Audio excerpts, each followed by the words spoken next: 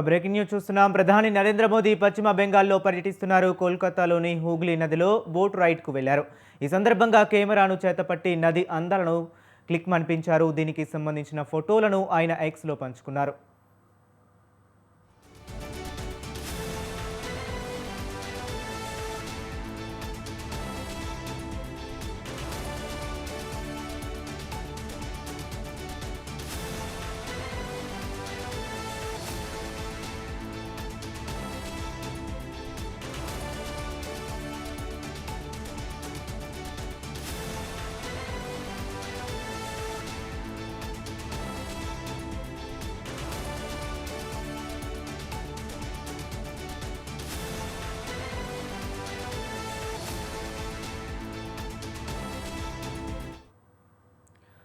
హుగ్లీ నది బెంగాల్ సంస్కృతితో ముడిపడి ఉందని మోదీ తెలిపారు. బెంగాలీల జీవితాల్లో గంగా నదికి ఒక ప్రత్యేక స్థానం ఉందని, దాని జలాలు ఒక ప్రాచీన నాగరికత స్ఫూర్తిని మోసుకెళ్తాయన్నారు.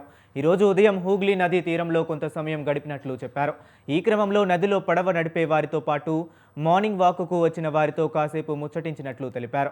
పడవ నడిపే వారి శ్రామిక శక్తిని ఈ సందర్భంగా మోదీ కొనియాడారు. ఎన్నికల్లో గెలిపిస్తే పశ్చిమ బెంగాల్ అభివృద్ధికి, ప్రజల శ్రేయస్సు కోసం తమ ప్రభుత్వం కృషి చేస్తుందన్నారు.